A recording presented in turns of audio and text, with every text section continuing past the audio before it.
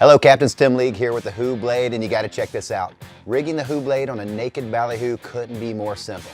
All you need to do is take the end of your leader and thread it through the cone end of the protective sleeve. The inside diameter of the protective sleeve is 0.062 inches or 1.57 millimeters. Hey, and a quick word of caution.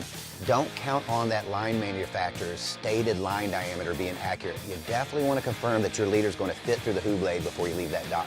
And if you find yourself in a situation where you just have to run a leader heavier than will fit through the protective sleeve, you can simply run the blade by itself because you're probably not going to need the sleeve anyway.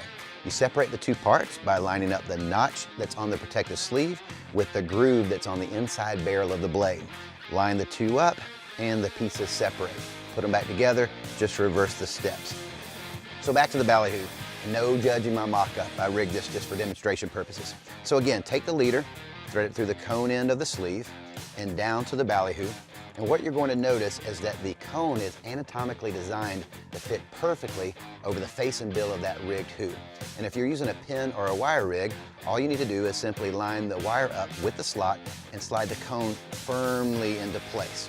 From there, I like to take a rigging band, put one end over the wire, wrap it around the cone and snap it into place. And what that's going to do is give you a good firm pulling point and a strong platform for that blade to spin on. Now, if you're running this on the surface or you're rigging a skipping hoo, you're good to go. You can run it as is. But if you're going to want this to run below the surface, you're going to have to add a chin weight.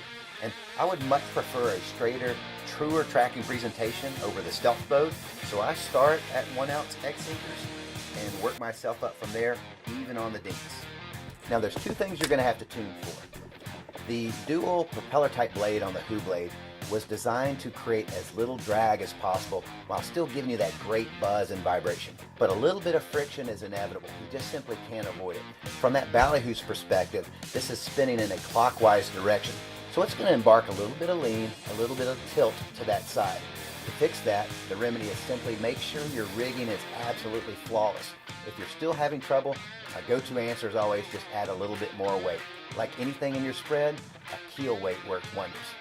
The second thing you have to tune for is that spinning blade is going to work your ballyhoo, or whatever you're dragging, to the surface sooner than without it.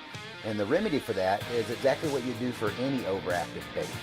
Run it further back in your spread, maybe lower the pulling point, or just simply slow the boat down.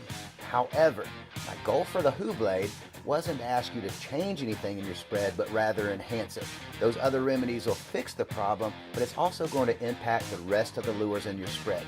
So I like to simply, you guessed it, just add more weight. So that's it for the ballyhoo.